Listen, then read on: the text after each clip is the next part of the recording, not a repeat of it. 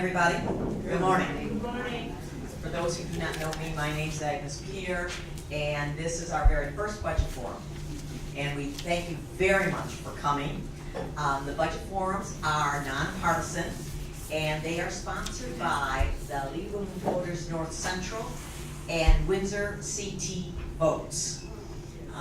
We're very excited because the budget deliberations ended Monday, so the budget has been sent to referendum. So this is the first time you will get an opportunity to ask questions. There will be 3 more budget referendums. There will be another one on the 31st, and then the last one will be on May 2nd, and at the end we'll give you exactly where those forums will be located, so that if you'd like to attend those, to ask more questions, you're more than welcome to do that.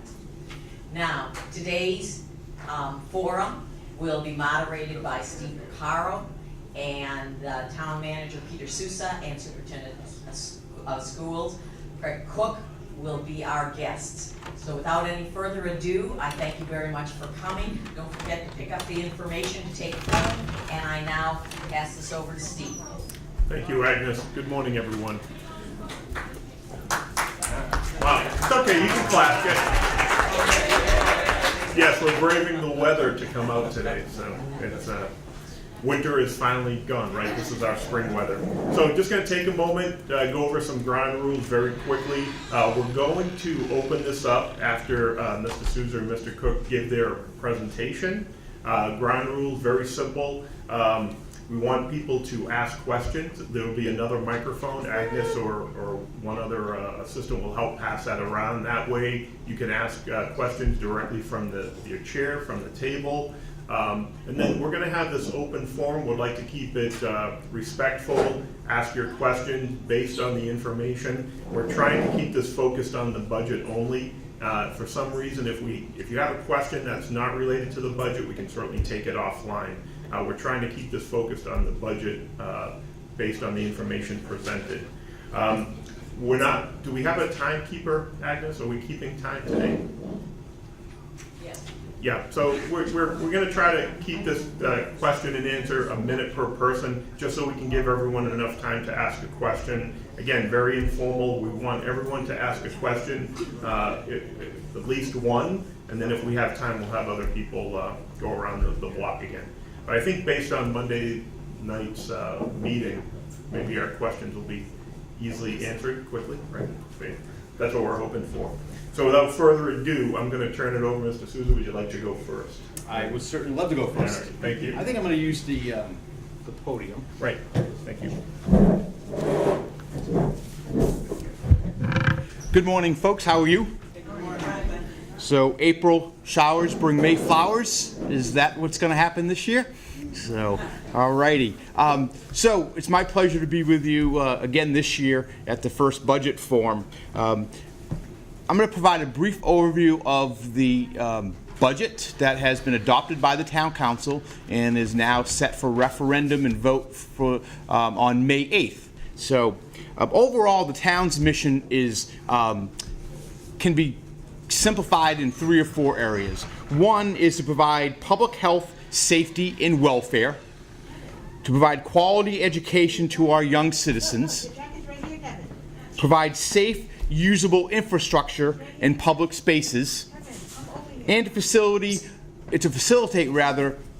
quality of life opportunities for our residents and our visitors. So the budget that's before the voters is really built upon a very strong foundation, a foundation that's been constructed over many decades by the previous leaders of your community. We have a very diverse tax base, as you know. We have the top credit rating from Standard & Poor's, and so that assists us in, when we borrow money, to have lower interest rates. And it's also a seal, if you will, a good housekeeping seal. It shows that we've managed our community well over the years, that we're in a strong position financially. We have a strong and stable general fund reserve, and that is one of those items that the folks that review our credit look at each and every year. Our long-term pension plan is well-funded and well-positioned. We're about 86% funded. Across the state, community average is about 75% funded. So we're funded greater than the statewide average. And we still have room to grow. We have over 850 acres of land that is planned for industrial or commercial development that's still available to grow. So our tax base has that opportunity to grow incrementally over the years. So looking at the proposed budget, this budget preserves the services that we all receive today. It also, in a few small areas, meets some unmet needs or growing demands. I'd like to focus on a particular part of the budget, and that relates to what I refer to as pay-as-you-go financing. So instead of borrowing money for capital infrastructure, like for road repairs, sidewalk repairs, purchase of fleet and vehicle replacement, we are proposing that we spend approximately $2.4 million, which is up from this current budget year. We currently are budgeting $1.3 million for those type of projects. I'm proposing, and the town council's adopted that increase to $2.4 million. And I'm going to talk a little bit about why we're suggesting that such a significant increase. We have 149 miles of roads in town. That does not include the state roads, does not include Route 159, Bloomfield Avenue, and Pequannock Avenue, because those are the state maintains those. But we have 149 miles of roads in town. So we currently fund about $650,000 a year to overlay or repave those roads. And so that gets us about 3.5 miles of repaving each year. And so I'm proposing that be increased from $650,000 to $850,000. So that will get us about another mile. So we'll be doing about 4.5 miles of repaving with that extra $200,000. In terms of fleet and equipment, we have over 250 different pieces of equipment in our Public Works Department, our Police Department, and the other departments, such as Recreation, Social Services, Senior Center, our Caring Connection. And so we're proposing a slight increase for that line item of about $30,000.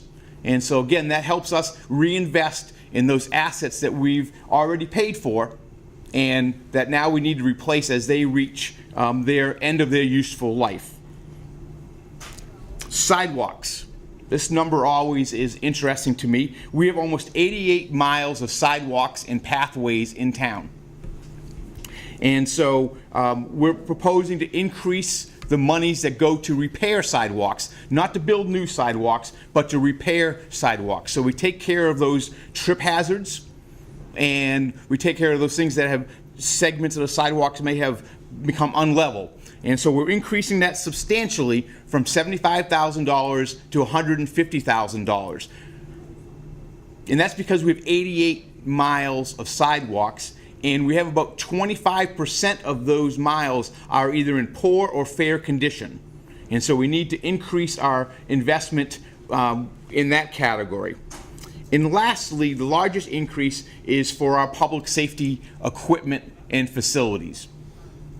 As you know, we have 5 different fire stations, we have a police station, and we have a lot of very expensive fire equipment, apparatus. And we have the opportunity to, instead of borrowing money and borrowing for 15 or 20 years in length, we have the opportunity, and what the council is proposing is that we put $500,000 a year in cash. So instead of borrowing $500,000 a year, we will cash finance improvements to either our fire stations or to buy equipment for the fire department, to replace 25-year-old fire trucks, to replace some of the heating and ventilation systems within our police stations, and within our fire stations. And so if we finance $500,000 a year for a 6-year period, so that's $3 million. instead of borrowing $3 million, what we do is over a 25-year period, we save $1.2 million in interest. And so that is, number one, we need to make those investments in our community, in the public safety assets. And number two, if we cash finance those reinvestments, if you will, we will save over 25 years approximately $1.2 million in interest cost. Overall, the budget, the mill rate would increase if approved by the voters. The mill rate would increase by 1.6%. So let me put that in context. If you have a home that is worth $200,000, that's the fair market value, your tax bill for real estate would increase approximately $71 over what you've paid this year. And so we've had very good economic development growth in this last year in terms of folks reinvesting in their private properties, and so that is allowing us to present a tax increase of approximately 1.6%. And so I'm going to stop there, Steve. I could go on for a few more minutes, but I'll let the superintendent present his portion of the overall budget.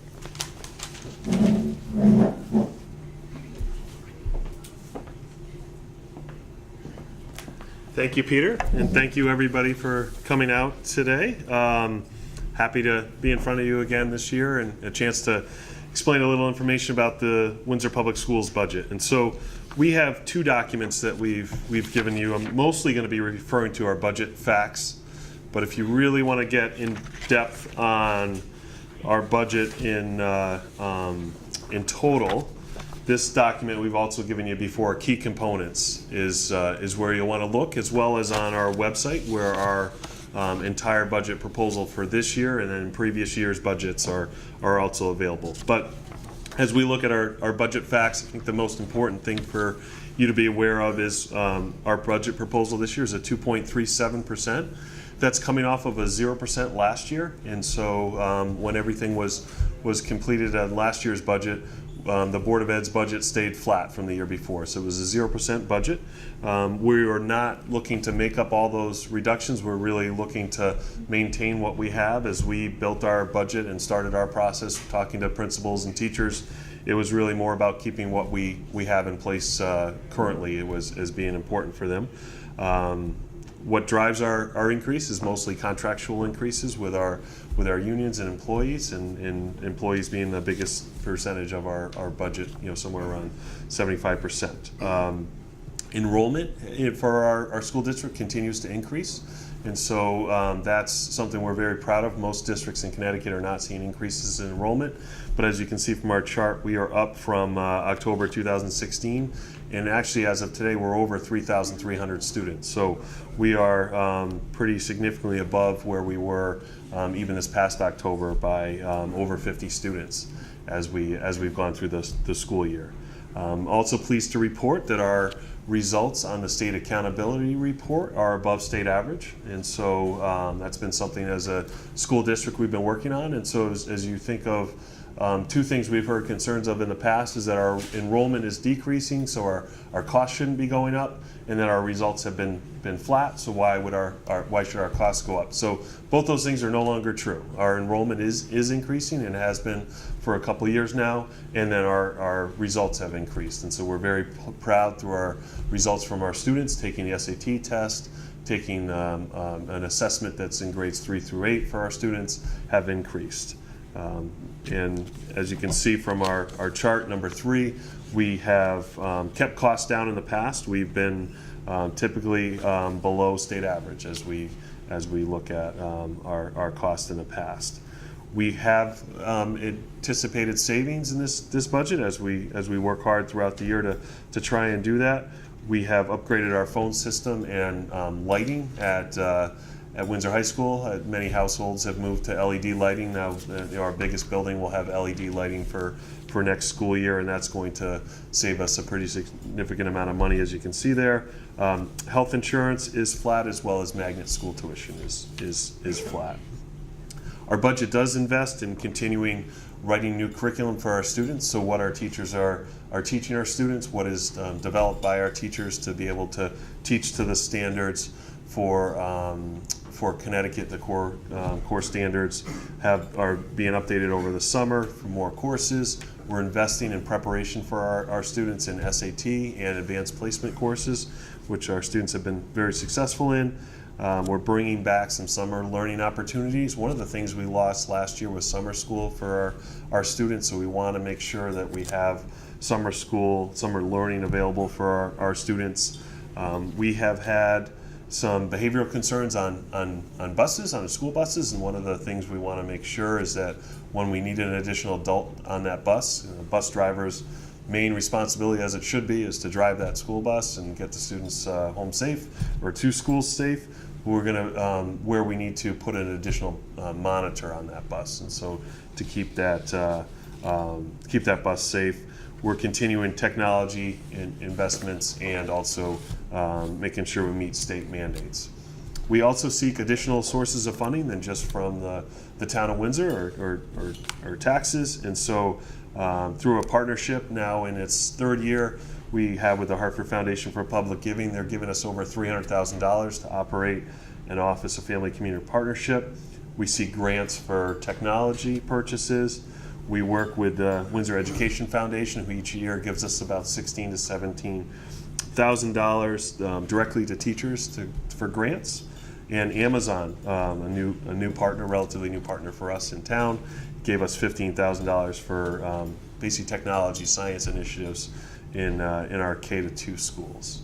JFK, we're very proud of, was named a School of Distinction, one of only 124 in the state, and so that was a great result based on last year's testing.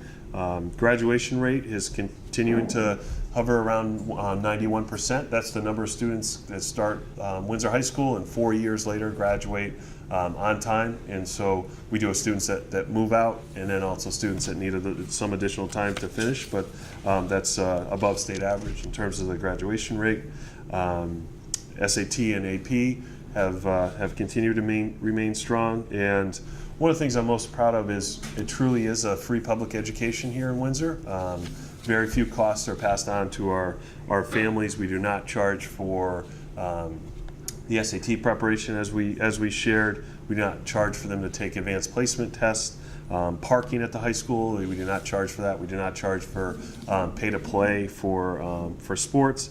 And we also provide at middle school and high school late bus transportation. So 3 times a week, students at those schools can stay for additional support from teachers, for athletic events, for things like that, and still get a bus home.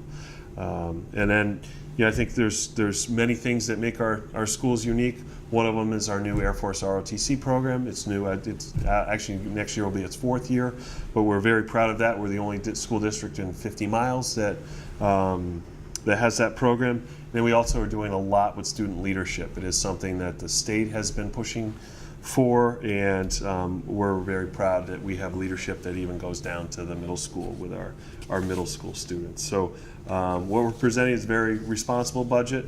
As I mentioned, we have some cost savings in there. 2.37 is below what we're seeing as an average coming off of a 0. We're very proud. Our Board of Education approved this budget proposal on a 9-0 vote, and as Mr. Seuss has shared, it was approved by the council on a 9-0 vote. So we've received support throughout, and went through the budget line by line with those groups. So we're very proud to be able to share that with you. So I will pass it back to Steve. All right, thank you. We're going to open up our questions now, and our microphone is right over here. So we're going to need someone to take that microphone. So who would like to start off? Who has a question burning all morning? Question number 1, right up here in front. Excellent. Right to the right. All right, thank you, sir. Okay. Yes, my name is Gabriel Rodriguez, and my question is for Dr. Cook. Do we have pre-K in the Windsor school system? And if we don't, why don't we? My wife and I have only been in Windsor 3 years, so we don't know the history. I would like to ask about pre-K. We have 3 grandchildren that are at that age, and we're just wondering. Thank you for the question. That's a great question. We have some preschool opportunities. Through a grant through the state of Connecticut, we have 60 slots for students who attend full-day preschool. So those are 3 and 4-year-olds through a Smart Start grant that the district applied for. So we have basically 4 classrooms of 15 students each that attend. That's done through a lottery system, and we have to do that because there's grant requirements for that position. So there's preference given to students of families who have a lower income level, to students that have English as a second language, and also who may need special ed services. And then we also operate a half-day preschool program, which is for students with special needs and peer playmates. So students that do not have special needs but are attending a half-day preschool program to make it a rich experience for both sets of students. So it's about 110 to 120 students that attend preschool for us. We know that's only about a fifth or so of the students in those grade levels that would. Preschool is not a requirement for the board to offer other than a special ed program, so we're offering basically 60 seats beyond what's required. We do feel it's important. A high quality preschool program we know pays huge dividends. We'd love to be able to offer preschool for every child in age 3 and 4 in Windsor, but we at this point just haven't had the funding or actually the space. We do not have the space currently to expand much beyond where we're at, but we're proud that we've expanded that from about 45-50 students to about 120 students over the last 3 years. So we're working in the right direction, but we haven't been able to. We're not able to expand for next year. But thank you. How do we compare with other areas of Connecticut as to having pre-K or not pre-K? What is the average in Connecticut, Sure. statewide? Sure. So the question was, how do we compare with other towns in Connecticut? In terms of average, what they offer, and I know there are towns around us that do offer comprehensive preschool. I know Hartford does. I believe Bloomfield and East Hartford have more comprehensive programs, and then there are districts around us that do not offer anything beyond the special ed program. So I would say we are somewhere in the middle, of where most districts are, most schools are in terms of what we offer for preschool. Kind of a mix. We have the required program, and then those additional 60 seats. There are some districts, like I said, that have full guaranteed preschool, and then others that don't have anything beyond the required. We're about in the middle. All right, thank you very much for that question. Other questions? A lot of information this morning. Take a look at the handout. Excellent, thank you. Microphone's on its way. Is your budget for Windsor Senior Center includes the transportation budget? Yes, the transportation budget for Dial-A-Ride is included and it's fully funded. There's actually a small increase this year. We're increasing the hourly wage for drivers, for the part-time drivers for Dial-A-Ride. And we would like to thank you for a very excellent transportation program for the seniors. And we really cannot thank you enough. Well, thank you, and I will pass that along to all the folks here at the Senior Center in Transportation. Thank you very much. Other questions? Excellent. Good morning, and thank you for coming. It's working? No. I was listening along. I just want to make certain that I'm taking this in correctly. For the most part, the budget is used for education. The greater part of the budget. Yes, approximately 60% of the overall budget is dedicated to the public schools. Right. Okay. And then I was following along like, okay, we have quite a few reserves in our budget, and we have, we're funded greater than the statewide average, right? In terms of our pension plan, yes. Okay, okay. I'm just curious, you know, in other struggling cities, mostly cities, are struggling with their budgets, and then the surrounding towns in Connecticut are forced to kick in. Do we have any control as to the percentage that would kick in, or, and as residents and whatnot, you know, people talk, and we're like wondering, okay, how is it determined? Do we have any say in this? That's what I was wondering. So the town of Windsor does not directly contribute dollars to any of our surrounding communities. So we do not make any contributions. We have a variety of arrangements where we have shared services, and the best example that I can come up with, where historically the town of Bloomfield and the town of Windsor shared the landfill operation. And now we have a shared transfer station where folks can drop off materials, and from Windsor and from Bloomfield. So that is a cost sharing and cost efficiency. We also are part of a regional purchasing collaborative in a number of ways. We purchase all of our diesel fuel and our fleet fuel amongst about 120 other communities across the state. We also are part of I think it's a 15-member coalition where we purchase our prescription drug coverage, and we team up with, let's say, 12 to 15 other communities to reduce our cost for that prescription drugs for our employee coverage. But we do not contribute, the town does not contribute anything directly to any of the surrounding communities. We are part of the Metropolitan District Commission, which is our sewer and water authority, regional sewer and water authority. And so we've been part of that for over 50 years. But that money, those monies go for direct services related to sewer and water, not a general contribution to another community. Hopefully that answers your question. Thank you very much. Other questions? We haven't had anything on this side of the room. Thank you, Ruth. Okay. Perfect timing. I'm All right, hold on, we'll get the microphone. I'm looking at your point number 8, Dr. Cook, and it's just a point of clarification. Related to the AP exams, I'm curious as to whether that 58% is that the number of people who pass the exams who take them?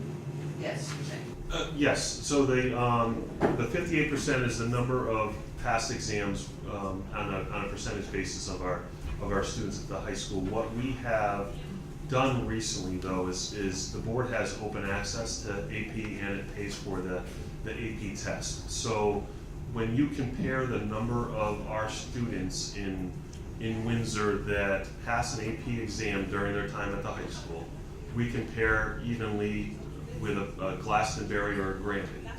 Where our percentage is lower is the number who pass the test, like the 58% would be lower than a Glastonbury or Granby, because we have a higher percentage of our students at the high school taking those tests than we did in the past.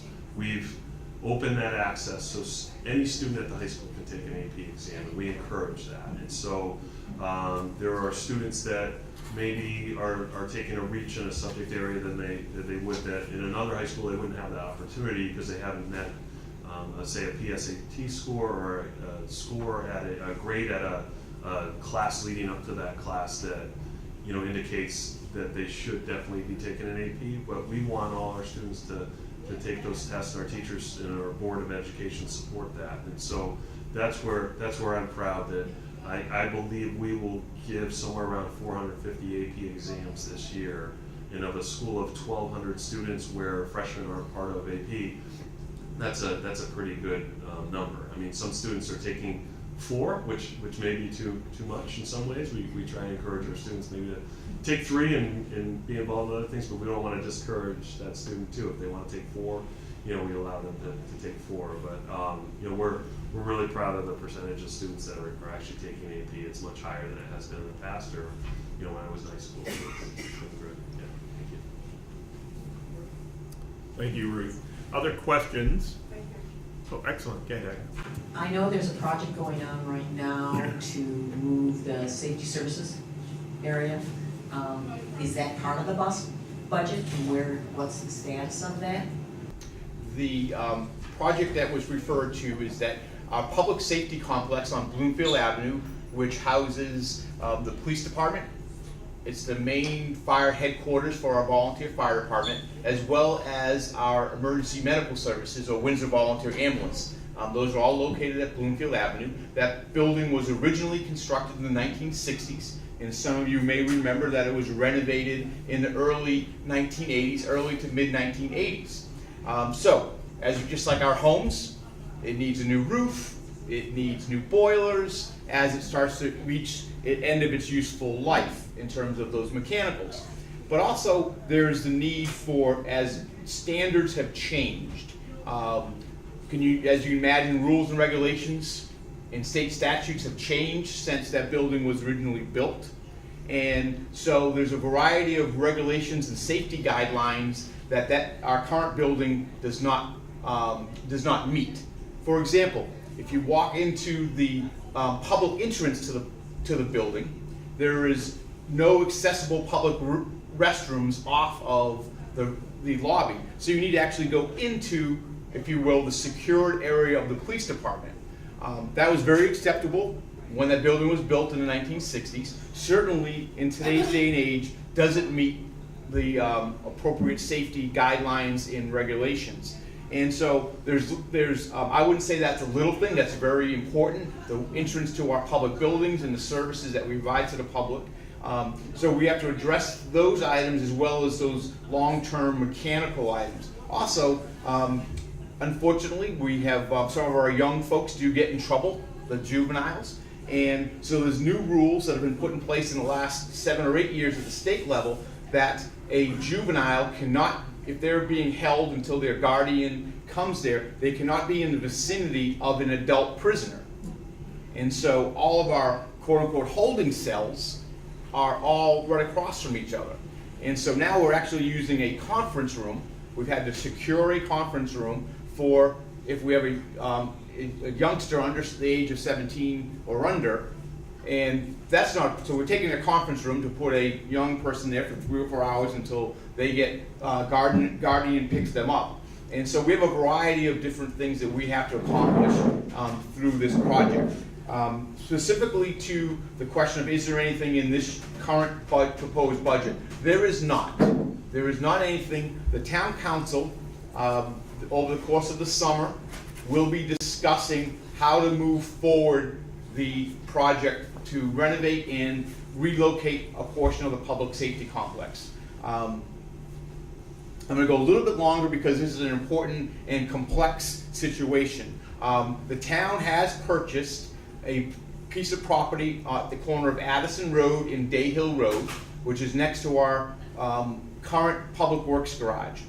And so the plan that has been presented to the Public Building Commission and the Town Council is to use part of that building. That building used to house the Westinghouse operation there. And so we're going to convert part of that building, if approved, to relocate the police station to the corner of Addison Road and Day Hill Road. And then we would renovate the existing public safety complex on Bloomfield Avenue to accommodate the fire station and the Windsor Volunteer Ambulances. And that will allow for us the ability, as we're now all volunteer fire department, at some point in time we're anticipating that we will not have enough volunteers, so we'll have to incrementally hire paid firefighters. I'm hoping that day does not come real soon, but our volunteers are fantastic, but like all of us, they're getting a little bit older, and that's a very demanding job and function to perform. And so we need to plan for that eventuality, and so that's why we'll have a little bit more space because if we have to have folks there 24 hours a day working, they need to have sleeping quarters and appropriate workspace. And so that is the long-term plan. It's a very expensive investment. As you know, building anything today is very expensive. And so the town council will be evaluating those options over the course of the summer into the early fall, because the project is of scale that will have to go to the referendum for voter approval. Thank you, Peter. Other questions? Yes? Well, no, he's just waving. All right, right behind you, Jamie. Right there. Right behind you. Thank you. Here, Mr. Sousa mentioned the shared services between towns, and I just want to mention that here at the senior center, a lot of out-of-towners are participating also with our senior center services, and I think that's very commendable and very neighborly. And I hope that Windsor residents or seniors can also enjoy the other services of our neighboring senior centers. I encourage it as well. And I hear that pickleball is pretty popular here now. Yeah. All right, thank you. Other questions? Nope. And one in the back. A curious question. I just wondered about the referendums. They go around again. How do you determine how many times they go around? That's a very interesting and complex question. So I'll try to boil that down. The town charter calls for a referendum and for the town council to put forth to the voters a proposed budget. And so if the voters approve that the first time, then there's no need for a subsequent referendum. I'll speak a little bit to last year's process. Last year's process was, from all accounts, was the first time that ever occurred since we've had this charter in place. In the charter is the governing rules for the town and how we do our processes. The vote by the people are on the total appropriation of, in this year's case, of $115 million. And so the town council, after it presents that first budget, the town council has the opportunity, if they choose, to level fund the budget no greater than the previous year's budget. And it would not legally have to go back to the voters. And so that's what occurred last year, was that there was not, last year, as Dr. Cook mentioned, the town budget did not increase from fiscal year 17 to fiscal year 18. Did not increase by 1 cent. And so there was not a legal requirement to go back to the voters for the approval. So that's pretty much how it works. The town council, obviously with an increase this year, needs to go to the voters on May 8th. And so hopefully it will pass on May 8th. If it does not, the council will then bring it back and they would review it and make any adjustments as they see fit, and then present it back to the townspeople for a vote. Okay, that's part one, right? We hope it doesn't get to part two. All right. Other questions? Anyone in the back? Back row? Front row? All right, Ruth. Again, for Dr. Cook.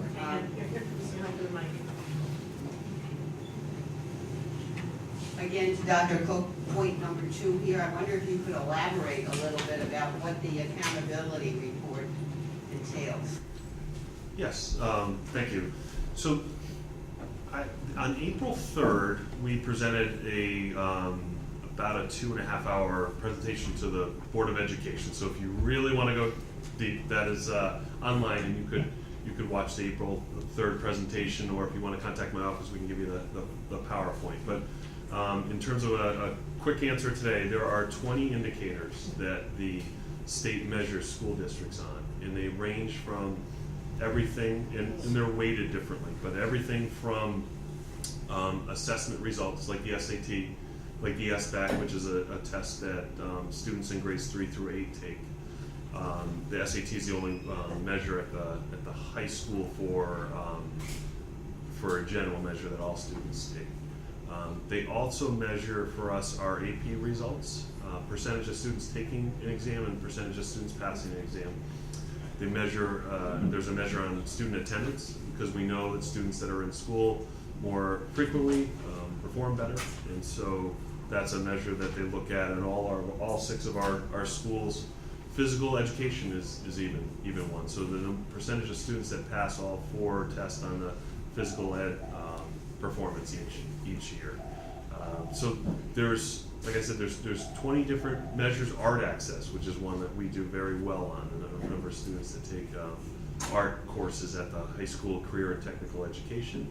There's also an exam for students in career and technical ed, business at certain levels, for technology education, like kind of the old shop classes. There's exams for those, for some of those courses, and the percentage of students that pass those exams. So another area we do very, very well on, because Windsor High School is a comprehensive high school, in that it's kind of the perfect size to be able to offer courses to all students and offer a wide range of courses, from automotives to manufacturing to art classes at really a high level. And so they measure all those and compare us to the state, and compare us to indicators that they want us to be. And as a district, I believe it was on 12 or 13 of the indicators, we were above state average, and pretty close on the others, and as a whole report, we were above state average. So we're very proud of the results to move above that, and to move above other districts that traditionally we've been slightly behind. So it's a good report for Windsor, because it's not just looking at a single snapshot. I think it's looking at, in my opinion, the whole district, pre-K through 12, and the strength of different programs throughout. So it's a good measure for us. All right, thank you. We have time for a couple more questions before we wrap it up for the day. Other questions? Mr. Souza? Dr. Cook? All right, excellent. That's a very popular table. Guess what? I have another curious one. But I'm just wondering about the interest. Okay, you got the fund, the funds for the budget. Is it placed in the most beneficial interest? In other words, what do we do? What do we as residents, we don't have, we just pay, we pay our taxes, and we don't know. So it should be making quite a bit of money, right? In the best area. We certainly do not put it under our mattress. We're regulated by state law, by where we are able to invest our dollars. So I'm going to answer this in a couple different parts. For example, I referenced earlier to our pension plan. So those funds can be invested in securities, and we have a financial advisor that guides us in where we invest those funds, because they're segregated. They're segregated for the pension obligations. But those dollars that I spoke to that relate to our general fund reserves, those are monies that we use on a regular basis. Those have to be pretty liquid. And so what we invest in money markets, in CDs, short-term instruments that provide some revenue. For example, just like we all in our CDs, that those are slowly creeping up as interest rates increase. So we're projecting to get about 1.25% interest on, if you will, those liquid funds. Now we get between 5, and depending on the year, we get between 5 and 7% is what we project for things such as our pension plan. And we're also setting aside money long-term for our long-term liabilities for our retiree health insurance costs. And so those we can invest a little bit more aggressively. But I just want to assure everyone that we do have professional financial advisors that we consult with that do not have any monetary gain from that other than the fees that we pay them. And so, but we are regulated by the state where we can invest, if you will, those day-to-day dollars.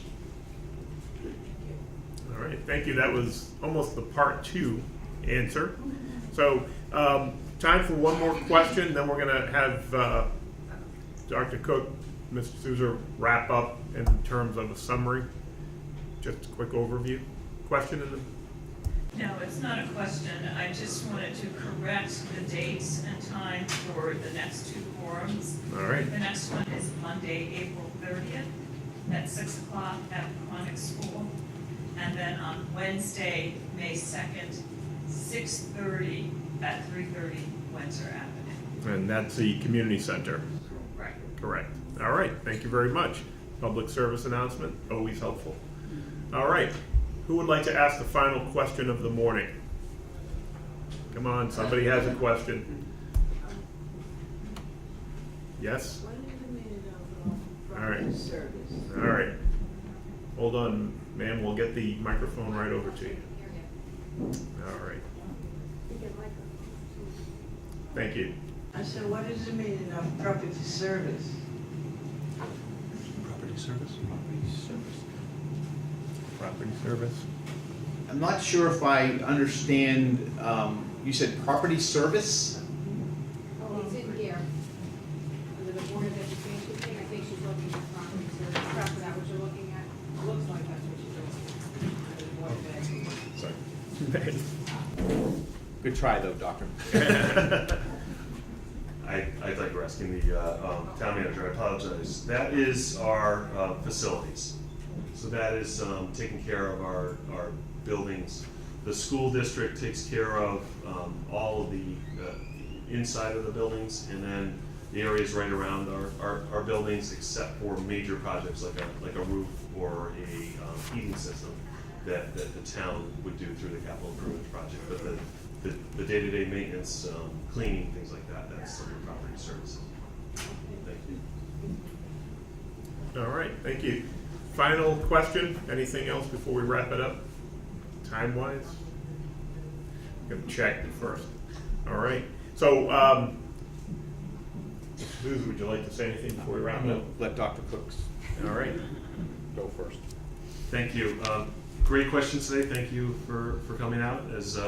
As was shared, there's 2 more community budget forums, so if someone's watching on TV later, please join us for those, and we welcome any questions. If there's ever a time we can't answer the question, we'll make sure we would get that information back out to the public after. But I appreciate everybody coming out and learning a little bit more about the school budget today. Schools are such a important part of a community, and the health of a community, and the attractiveness of a community from people who may be looking to stay and raise children or to move in. And so we're proud of our school's results and what we are doing with our students on a daily basis. So thank you for coming out.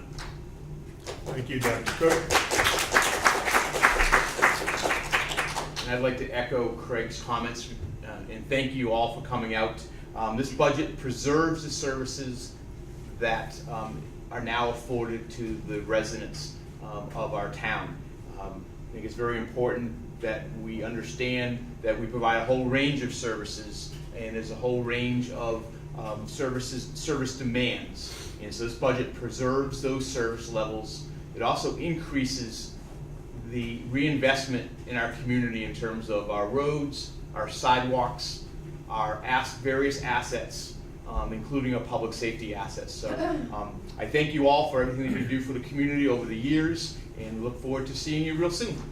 Thank you.